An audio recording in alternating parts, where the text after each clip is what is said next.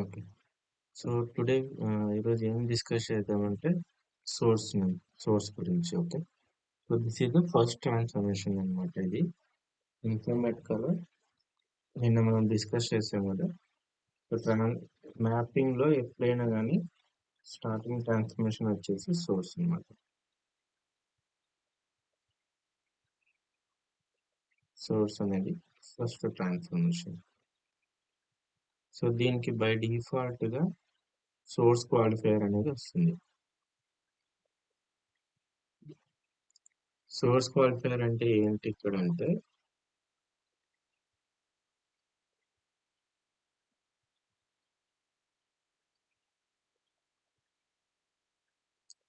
Source qualifier లో మనకి కొన్ని ప్రాపర్టీస్ ఉన్నాయన్నమాట ఇందులో.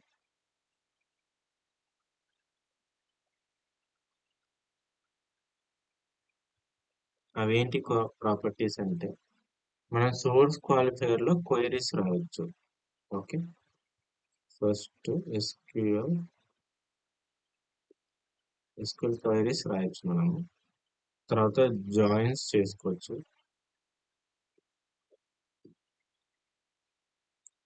ఫిల్టర్ చేయొచ్చు,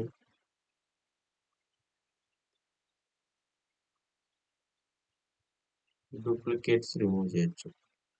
ఓకే. సో మనకి ఇన్ని ప్రాపర్టీస్ ఉన్నాయి సోర్స్ లోనే. తర్వాత మనకి ఫ్లాట్ ఫైల్ లోడ్ చేయొచ్చు దీంట్లో. తర్వాత టేబుల్ లోడ్ చేయొచ్చు.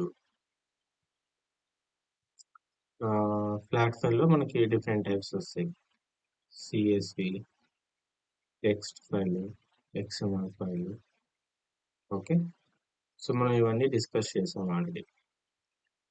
సోర్స్ ఎలా ఇంపోర్ట్ చేస్తాము, ఫ్లాట్ ఫైల్ ఎలా ఇంపోర్ట్ చేస్తాము, టేబుల్ ఎలా ఇంపోర్ట్ చేస్తాము. సో అవన్నీ చూసాం మనము. బట్ ఇప్పుడు మనం ఏం చేద్దామంటే ప్రాపర్టీస్, ఏమేమి ప్రాపర్టీస్ ఉన్నాయి ఇందులో. సో ఇది ఇంటర్వ్యూ క్వశ్చన్ అడుగుతారు అనమాట. ఈ సోర్స్ తీసుకున్నప్పుడు సోర్స్ క్వాలిఫైడ్ తో ఏం యూజ్ ఉంది, సోర్స్ క్వాలిఫైర్ రెండు సేమా లేదంటే డిఫరెంటా అని అడుగుతారు. సో అప్పుడు ఏం చెప్పాను, సోర్స్ క్వాలిఫైర్ రెండు సేమే. బట్ ఏమంటే మనకి సోర్స్ క్వాలిఫైర్ లో కొన్ని ప్రాపర్టీస్ ఉంటాయి మనకి. మనం క్వైరీస్ రాయొచ్చు, జాయిన్ చేసుకోవచ్చు, అండ్ ఫిల్టర్ డేటా ఏమైనా ఫిల్టర్ చేయాలంటే ఫిల్టర్ ఆప్షన్స్ కూడా ఉంటాయి, ఫిల్టర్ కూడా చేసుకోవచ్చు, అండ్ డూప్లికేట్స్ కూడా రిమూవ్ చేసుకోవచ్చు. తర్వాత డేటాని సార్ట్ చేయాలని కూడా సార్ట్ చేసుకోవచ్చు. సో ఇన్ని ఆప్షన్స్ ఉన్నాయి మనకి సోర్స్ క్వాలిఫైర్ లోనే.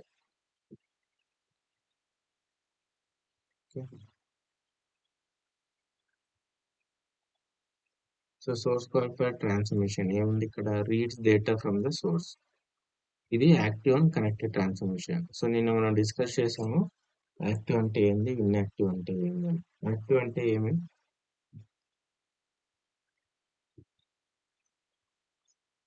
సో యాక్టివ్ ట్రాన్స్ఫర్మేషన్ అంటే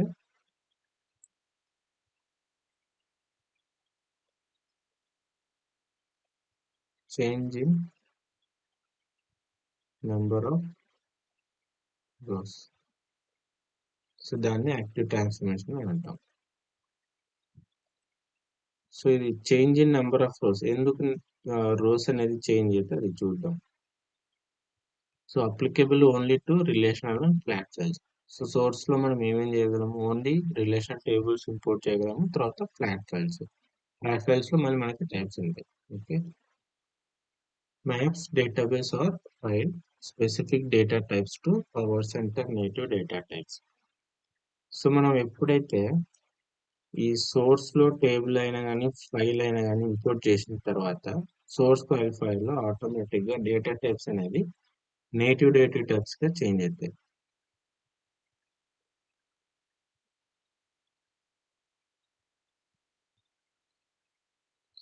మనకి ఇక్కడ డేటా టైప్స్ వేరే ఉంటాయి.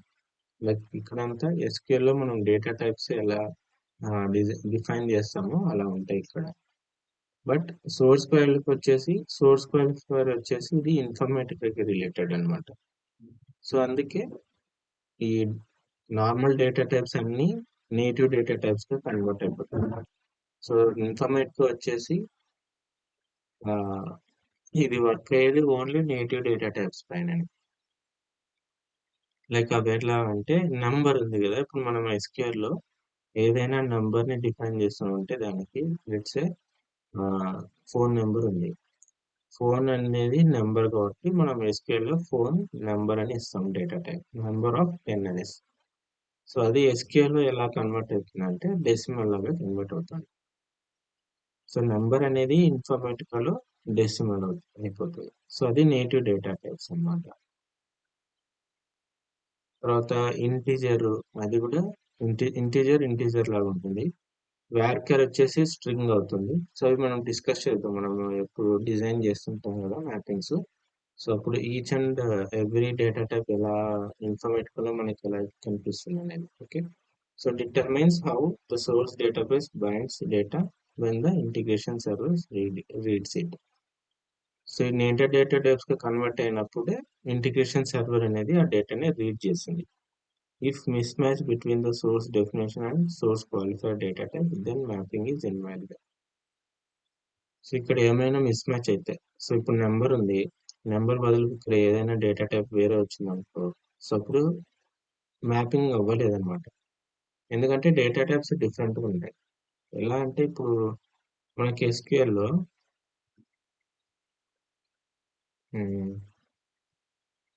క్యారెక్టర్ డేటా టైప్ డిఫైన్ చేస్తాము. సో సోర్స్ క్వాలిఫైయర్ లో ఇప్పుడు ఏదైనా ఇంటీజర్ లాగా వచ్చిందంటే, సో ఇప్పుడు ఈ డేటా టైప్స్ అనేది మిస్ మ్యాచ్ అవుతున్నాయి. సో మిస్ మ్యాచ్ అయినప్పుడు అది రీడ్ చేయలేదు, ఇంటిగ్రేషన్ సర్వర్ అనేది రీడ్ చేయలేదు. సో అలాంటప్పుడు మ్యాపింగ్ అనేది ఫెయిల్ అయిపోతుంది. సో అదే ఇక్కడ మెన్షన్ చేసింది. Okay, all ports by default are input or output ports, ఇది మనకు తెలిసింది.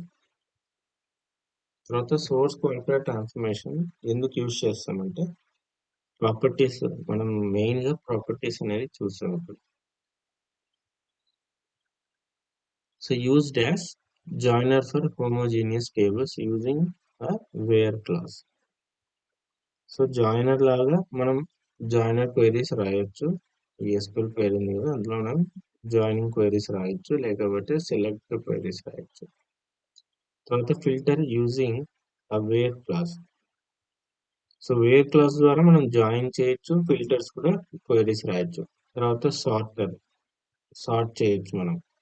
సెలెక్ట్ డిస్టింక్ట్ వాల్యూస్ అంటే డూప్లికేట్స్ మనం సోర్స్ లోనే రిమూవ్ చేయొచ్చు అన్నమాట. తర్వాత మనకి pre and post SQL rules కూడా ఉంటాయి సోర్స్ లో. సో ఇవి ఎందుకు యూజ్ చేస్తామంటే use any command that is valid for the database type, no nested commands. So మనకు కావాల్సిన కమాండ్స్ యూజ్ చేయొచ్చు. సో ఎలా అంటే ఇప్పుడు సోర్స్ వచ్చేసి ఫ్లాట్ ఫైల్ అంటే let's say,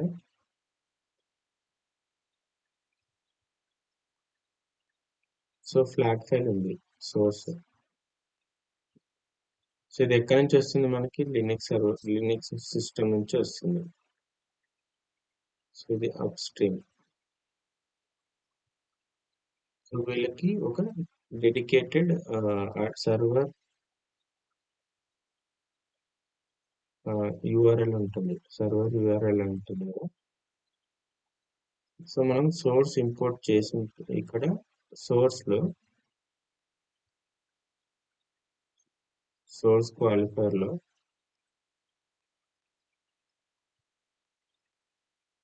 pre or post commands ఉంటాయి.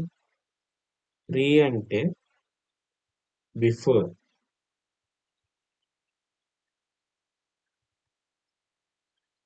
Loading into source. Okay, post అంటే ఆఫ్టర్ లోడింగ్ పోస్ట్.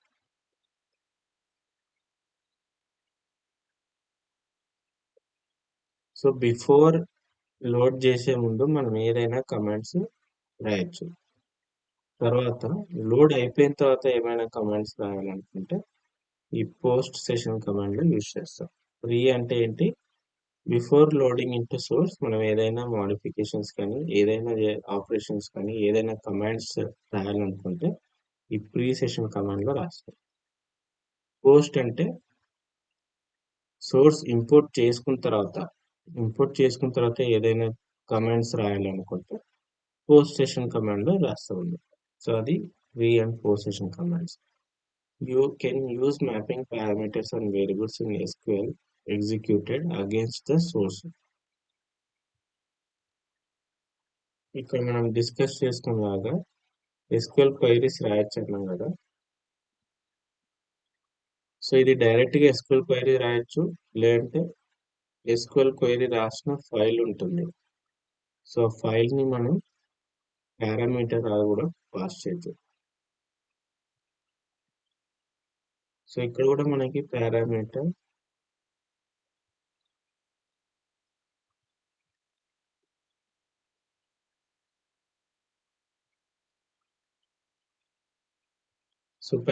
వేరియబుల్స్ అనేది ఇది ఒక డిఫరెంట్ కాన్సెప్ట్. సో అది ఇప్పుడే డిస్కస్ చేయలేము, జస్ట్ మీకు ఒక ఐడియా ఇస్తా. పారామీటర్ అంటే ఏంది, వేరియబుల్ అంటే ఏంది. సో పారామీటర్ అంటే so it's like a file అనమాట. మనం ఫైల్ పాస్ చేయొచ్చు. సో నీకు క్వైరీ ఉంది ఇక్కడ, SQL లో నువ్వు క్వైరీ రాసేదానికైనా క్వైరీని నువ్వు ఫైల్లో రాసి, ఓకే, SQL కమాండ్స్ ని ఫైల్లో రాసి ఈ ఫైల్ ని పారం లాగా ఫైల్ కన్వర్ట్ చేసుకొని, సో మనకి పారామీటర్ కి ఒక డిఫాల్ట్ పాత్ ఉంటుంది. సో ఆ పాత్ లో ఈ ఫైల్ ఇస్తే ఇక్కడ మనము ప్రాపర్టీస్ లో SQL ప్రాపర్టీస్ లో పారామీటర్ ఫైల్ పాత్ అని ఉంటుంది. ఆ పాత్ మెన్షన్ చేసి ఫైల్ నేమ్ ఇస్తే ఈ సోర్స్ అనేది ఇన్స్టెడ్ ఆఫ్ SQL క్వైరీస్ రాసేదానికైనా ఈ సోర్స్ క్వాలిఫైర్ అనేది లో ఉన్న పారామీటర్ ఫైల్ లో ఉన్న పాత్ కి వెళ్ళి ఈ ఫైల్ ఓపెన్ చేసి ఇందులో క్వైరీస్ ఏమైనా ఉంటే ఆ క్వైరీస్ ని డైరెక్ట్ గా ఎగ్జిక్యూట్ చేస్తుంది. ఇట్స్ లైక్ ఏ ఫైల్ అనుకో. ఇక్కడ మనం సోర్స్ లో ఫైల్ పాత్ ఇచ్చి ఫైల్ ఇస్తే ఫైల్ ని రీడ్ చేస్తుంది కదా ఆ పాత్ కి వెళ్ళి. అలాగే ఈ పారామీటర్ కూడా అంతే. సో పారామీటర్స్ అంటే ఇక్కడ కూడా మనము ఫైల్స్ ఇస్తాం. సో ఆ ఫైల్ SQL క్వైరీస్ ఉండొచ్చు, జాయిన్స్ ఉండొచ్చు, తర్వాత వేర్ కండిషన్స్ ఉండొచ్చు, తర్వాత స్టోర్ పొజిషన్ కాల్ చేయడం అని ఉండొచ్చు. సో ఏదైనా మనం రాసుకోవచ్చు అనమాట పారం ఫైల్లో. తర్వాత వేరే మ్యాపింగ్ కి ఓకే డేటా పాస్ చేయాలన్నా కూడా మనం పారామీటర్ ఫైల్లో ఆ డేటాని స్టోర్ చేసుకొని ఈ ఫైల్ అనేది డిఫరెంట్ మ్యాపింగ్స్ లో కూడా మనం యూజ్ చేసుకోవచ్చు. అది ఎలా యూజ్ చేసుకుంటామంటే ఆ డేటాని అలా వేరే మ్యాపింగ్స్ కూడా పాస్ చేయాలంటే వేరియబుల్స్ యూజ్ చేస్తాం అనమాట.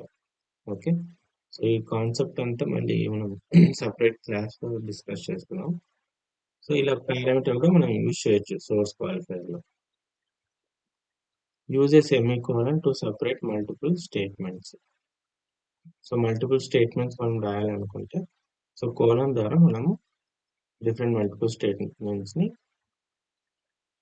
రాయొచ్చు. Informatic server ignores semicolons with single quotes, double quotes. ఇది మనకు తెలిసిందే, కామెంట్స్ రాయడం అనమాట. సో ఏదైనా స్టేట్మెంట్ నువ్వు కమెంట్ చేయాలంటే ఈ విధంగా కమెంట్ చేయాలి. స్లాష్ స్టార్ SQL కమాండ్స్ ఉంటాయి, తర్వాత star hash. uses semicolon outside of quotes or comments, escape it with a break slash. So out side comment codes ఏదైనా కమెంట్ చేయాలనుకుంటే మనం స్లాష్ ఇస్తాం. ఇది మనం యూజువల్ గా SQL లో కూడా మనం ఇలానే యూజ్ చేస్తాం. So work flow manager doesn't validate the SQL. So ఈ SQL క్వెరీ రాసింది మనం ఎలా వ్యాలిడేట్ చేస్తామంటే డిజైనర్ లోనే వ్యాలిడేట్ చేసుకోవాలి. సపోజ్ నువ్వు క్వెరీ రాసింటావు, ఆ క్వెరీని ఎలా వ్యాలిడేట్ చేసుకుంటావు అంటే నువ్వు అరకుల్లో ఇక్కడ క్వెరీ ఇచ్చి సో నీకు ఎక్స్పెక్టెడ్ అవుట్పుట్ వస్తుందంటే ఆ క్వెరీ వ్యాలిడ్. ఓకే, సో ఆ క్వెరీని మనం వర్క్ ఫ్లో మేనేజర్ లో వ్యాలిడేట్ చేయలేము అనమాట. సో అందుకు మనము మాన్యువల్ గా SQL డిజైనర్ లోనే మనం వ్యాలిడేట్ చేసుకోవాలి. సో ఇది ఆల్ అబౌట్ సోర్స్ అనమాట. సో ఇప్పుడు ప్రాక్టికల్ గా ఒకటి చూద్దాం. ఇది మనం మొన్న డిజైన్ చేసింది 1-to-1 మ్యాపింగ్. సో ఇందులో ఏముంది, ఇది సోర్స్ టార్గెట్ ఉంది. సో ఎంప్లాయీ ఇన్ఫర్మేషన్ తీసుకున్నాము, టార్గెట్ వచ్చేసి ఎంప్లాయీ ఇన్ఫో 1. ఇది ఆరకిల్ టేబుల్. సో టేబుల్ అని ఎలా ఐడెంటిఫై చేస్తామంటే ఇక్కడ ఆరకిల్ అని ఉంది కదా, సో ఎంప్లాయీ ఇన్ఫో ఆరకిల్ అని అంటే ఇది టేబుల్ అని అర్థం. సో ఫ్లాట్ ఫైల్ కి అయితే ఇక్కడ ఫ్లాట్ ఫైల్ అని వస్తుంది. సో అలా మనం ఐడెంటిఫై చేస్తాం. సో ఇక్కడ చూసుకుంటే ఫస్ట్ స్టెప్ ఏంది, డేటా టైప్స్ చేంజ్ అవుతున్నాం కదా.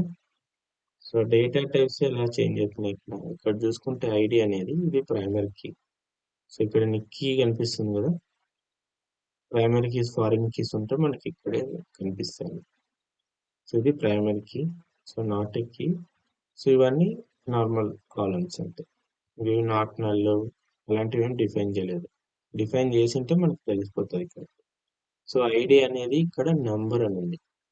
సో ఇక్కడికి వచ్చేపాటికి ఎస్క్యూఎల్ సోర్స్ క్వాలిఫైర్ ఏమైంది, అది డెసిమల్ గా కన్వర్ట్ అయింది. సో ఇలా డేటా టైప్స్ అనేది ఆటోమేటిక్ గా నేటివ్ డేటా టైప్స్ కింద కన్వర్ట్ అయిపోతాయి. మళ్ళీ టార్గెట్ లోడ్ చేస్తున్నప్పుడు నార్మల్ ఎస్క్యూఎల్ డేటా టైప్స్ లాగా కన్వర్ట్ అవుతాయి. So source target data types అనేది ఎప్పుడైనా కానీ మ్యాచ్ అవ్వాలి. ఓకే, ఇన్ బిట్వీన్ ట్రాన్స్ఫర్మేషన్ వచ్చేదంతా నేటివ్ డేటా టైప్స్ గా కన్వర్ట్ అయ్యి ఇన్ఫర్మేటిక్ అనేది ప్రాసెస్ చేస్తుంది. అట్ ద ఎండ్ మళ్ళీ ఒరిజినల్ డేటా టైప్స్ కి కన్వర్ట్ అయ్యి లోడ్ చేస్తాం. ఓకే, సో నేమ్ వచ్చేసి varchar, ఇక్కడ స్ట్రింగ్ అన్నమాట. సో నెంబర్ కూడా డెసిమల్ లో కన్వర్ట్ అవుతాయి. Date of birth, the date, ఇక్కడ డేట్ టైం గా వస్తుంది. జెండర్ varchar అంటే స్ట్రింగ్. ఓకే, సో మనం డైలీ మ్యాపింగ్స్ క్రియేట్ చేసినప్పుడు డిఫరెంట్ డేటా టైప్స్ వస్తాయి, అవి కూడా చూద్దాం. ఓకే, ఇప్పటికైతే నెంబర్ అనేది డెసిమల్ అవుతుంది, varchar అనేది స్ట్రింగ్ అవుతుంది.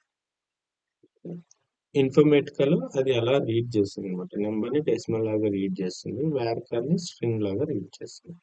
అదే ఫ్లాట్ ఫైల్ అయితే, ఫ్లాట్ ఫైల్ వచ్చేసి అన్ని నీకు స్ట్రింగ్ లాగానే రీడ్ చేస్తుంది.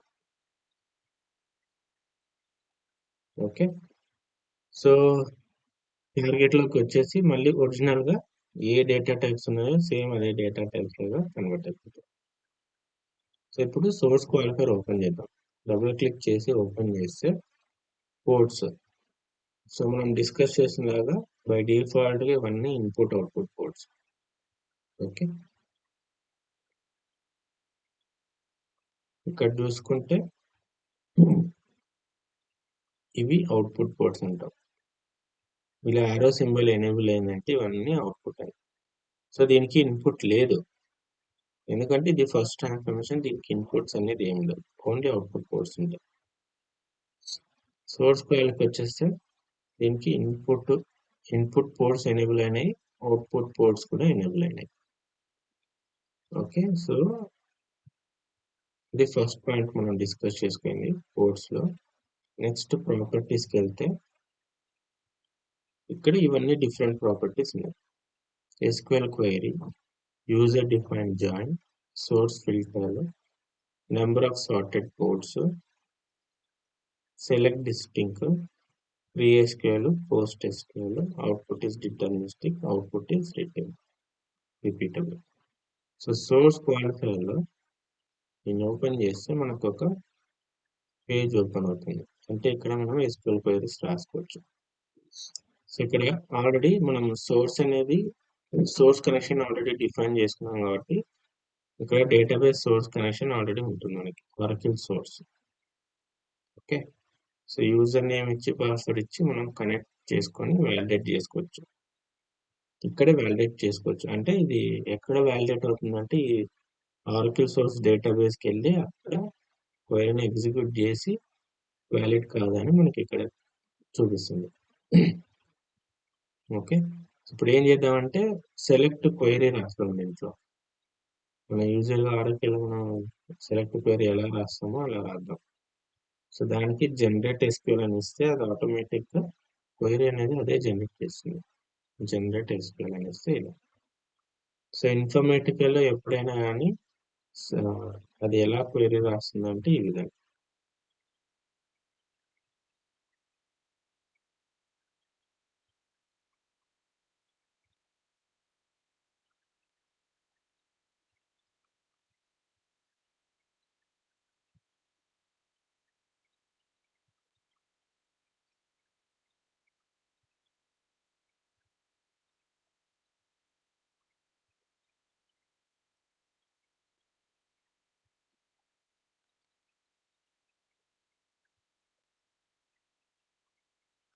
ఓకే. క్లియర్‌గా విజిబుల్ ఉందనుకుంటా. సో, సెలెక్ట్ క్వెరీ ఎలా రాసిందిక్కడ?